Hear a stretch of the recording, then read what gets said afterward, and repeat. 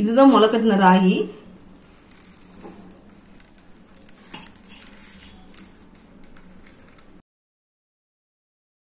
வச்சு ஓட்டி எடுத்திருக்கோம். வந்து இந்த சக்கை வந்து வெள்ளையா தெரியணும். உள்ள வந்து எந்த ஒரு டஸ்ட்டுமே இல்ல. மாவு வந்து இப்படிதான் இருக்கும். இதுல ராகி மால்ட் எப்படி செய்யறதுன்னு பார்க்கலாம்.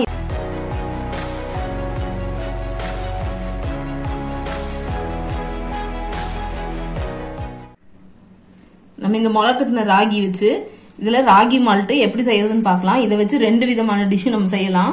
ஒன்னு வந்து ட்ரை ஆகும், இன்னொன்னு வந்து பச்சை குழந்தைங்களுக்கு கூட கொடுக்கற மாதிரி செய்யலாம். இது வந்து முளைக்கட்டின ராகி. இது வச்சு நம்ம எப்படி சின்ன குழந்தைங்களுக்கு, அதாவது 6 மாச குழந்தைங்கள்ல இருந்து எல்லாருமே சாப்பிடலாம். இது வந்து வெறும் ராகி, இந்த ராகி மட்டும் தான் நம்ம வச்சு செய்ய போறோம். இதை வந்து எப்படி குழந்தைங்களுக்கு ரெடி பண்றதுன்னு சொல்லி பார்க்கலாம். அதுக்கு முதல்ல வந்து நம்ம இந்த ராகி எடுத்து ஒரு 8 மணி நேரம் நல்ல ஒரு நைட் ஃபுல்லா ஊற வச்சுட்டு நீங்க அடுத்த நாள் அதை நல்லா கழுவி எடுத்து ஒரு பாத்திரத்துல போட்டு மூடி ஃப்ரிட்ஜுக்குள்ள வச்சிருங்க.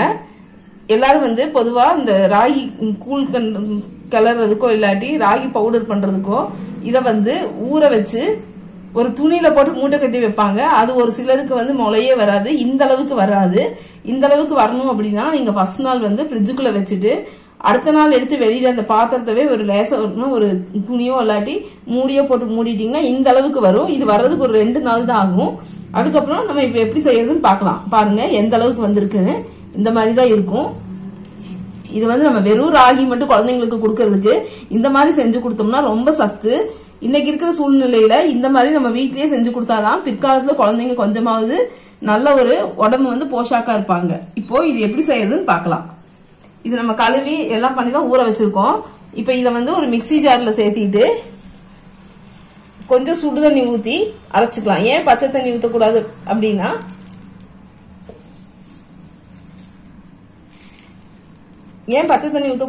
இதை வந்து நம்ம வந்து பால் புளிஞ்சு எடுத்து வெயில்ல காயதான் வைக்க போறோம். திரும்ப அடுப்புல வைக்க மாட்டோம். அதனால லேசா வெதுன்னு இருக்கிற தண்ணி ஊத்தி அரைச்சுக்கலாம். ஏன்னா நம்ம வந்து இதை வந்து அரைச்சிட்டு திரும்பி வந்து அடுப்புல வைக்க மாட்டோம். அதனால கொஞ்சம் சுடு தண்ணியை ஊத்தி அரைச்சு எடுத்துக்கலாம். இப்போ நம்ம இதை வந்து அரைச்சு எடுத்துட்டு எப்படி இருக்குன்னு பார்க்கலாம். இப்போ நம்ம மிக்சியில ஃபர்ஸ்ட் டைம் ஒரு 2-3 பல்ஸ் வச்சு ஓட்டி எடுத்திருக்கோம். அதை வந்து நம்ம வடிகட்டிக்கலாம்.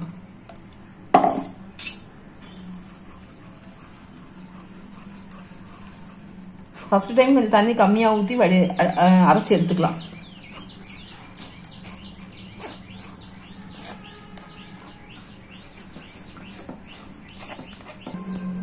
பாருங்க இந்த அளவுக்கு கெட்டியா இருக்கு. நம்ம வந்து இன்னுமே தண்ணி ஊத்தி அரைக்கணும். அரைக்க ஒரு 2-3 தடவை நமக்கு வந்து இந்த சக்கை வந்து வெள்ளையா தெரியணும். இந்த பால் கலரே நமக்கு தெரியக்கூடாது. அது வரைக்கும் நம்ம வந்து தண்ணி ஊத்தி அரைச்சு எடுத்துக்கலாம். இன்னொரு 2-3 தடவை அரைச்சு எடுத்துக்கலாம். இதே மாதிரி நம்ம 4 தடவை அரைச்சு எடுத்தாச்சு. ஃபர்ஸ்ட் டைம் அரைச்சு ஊத்தும் போது எப்படி இருந்தது, இப்ப எப்படி இருக்குன்னு பாருங்க. தண்ணி கொஞ்சம் அதிகமா இருந்தா தப்பு இல்ல. இந்த மிக்சி ஜார்ல இருந்து வெளியில தெரிச்சு வராத அளவுக்கு ஊத்தி அரைச்சு எடுத்துக்குங்க. நம்ம ஃபர்ஸ்ட் டைம் அரைக்கும் போது நல்லா இதா இருந்தது, பாலோட தெரிஞ்சிச்சு. இப்ப பாருங்க வெறும் அந்த சக்கை மட்டும் தான் தெரியுது. இந்த அளவுக்கு இருக்கணும். புளிஞ்சோம்னா நமக்கு அந்த தண்ணி வந்து ரொம்ப இந்த தேங்காய் பால் எடுக்கிற மாதிரி தான் இதுவும் இந்த அளவுக்கு வரணும். வெறும் இந்த சக்கை மட்டுமே டார்க் கலர்ல ராகியோட தோல் மட்டும் தான் நமக்கு தெரியும். அந்த அளவுக்கு புளிஞ்சு எடுத்துக்குங்க. அதெல்லாம் வேஸ்ட்.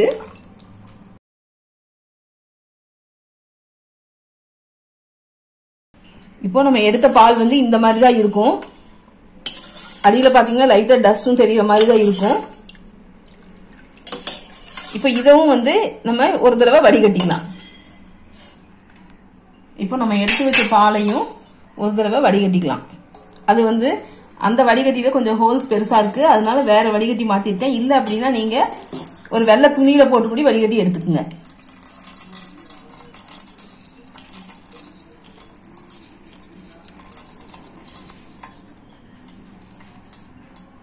இந்த வடிகட்டிட்டு நம்ம பார்க்கலாம். நம்ம ஃபர்ஸ்ட் பெரிய வடிகட்டில வடிகட்டணும். அதுலயே நல்லா வடிகட்டி வந்தது. இந்த சின்ன சின்ன ஓட்டை இருக்கிற வடிகட்டில வடிகட்டும் போது அப்பையும் பாருங்க அந்த டஸ்ட் வருது. அதனால நாம இந்த மாதிரி இன்னொரு தடவை வடிகட்டி எடுத்துக்கலாம். இப்போ மீதி இருக்கிறதையும் வடிகட்டிட்டு பார்க்கலாம்.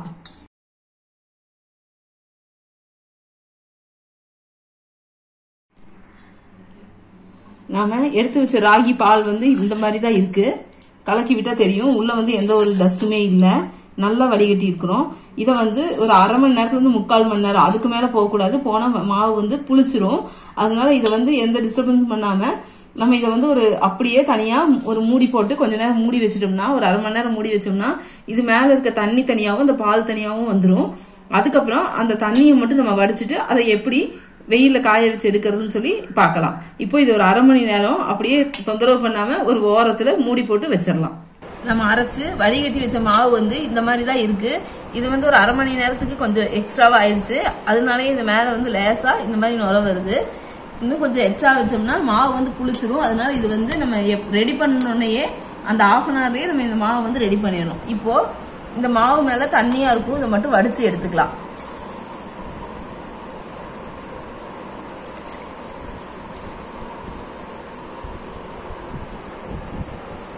இப்போ நம்ம தண்ணியெல்லாம் வடிச்சதுக்கு அப்புறம் மாவு வந்து இப்படிதான் இருக்கும். இதை வந்து நல்லா ஒரு கலக்கிட்டு இந்த மாதிரி ஒரு தட்டில் ஊத்தி இந்த மாதிரி ஊற்றி வச்சுட்டோம்னா இது வந்து அப்படியே வந்து காஞ்சிடும்.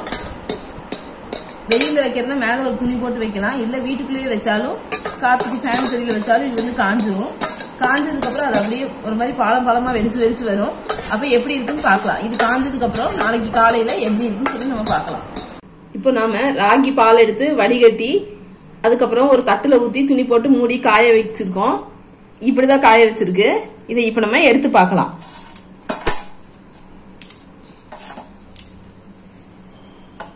பாருங்க, இந்த மாதிரி தான் இருக்கும்.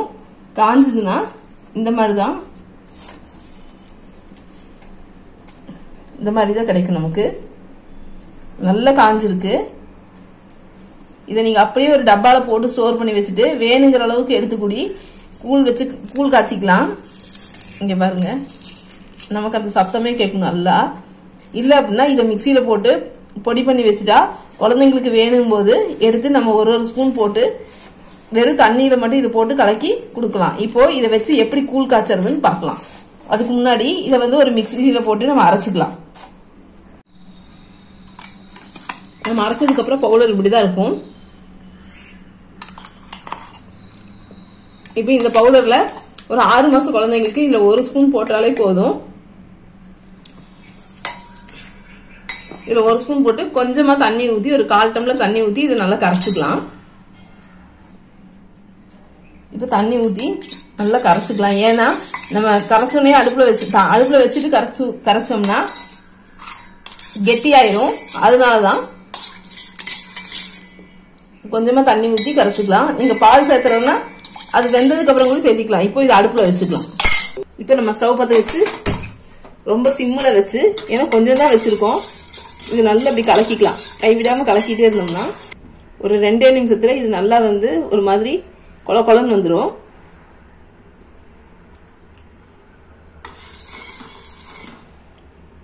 மேல நிறைய வந்ததுன்னா அது வந்து வெந்துருச்சுன்னு அர்த்தம். ஒரு செகண்ட் இருக்கட்டும். பாருங்க, நம்ம 1 ஸ்பூன் தான் போட்டோம், அதுக்கே எந்த அளவுக்கு வருதுன்னு. இப்ப நல்லா கை விடாம கலக்கிட்டே இருந்தோம்னா அது நல்லா கரைஞ்சு வரும்.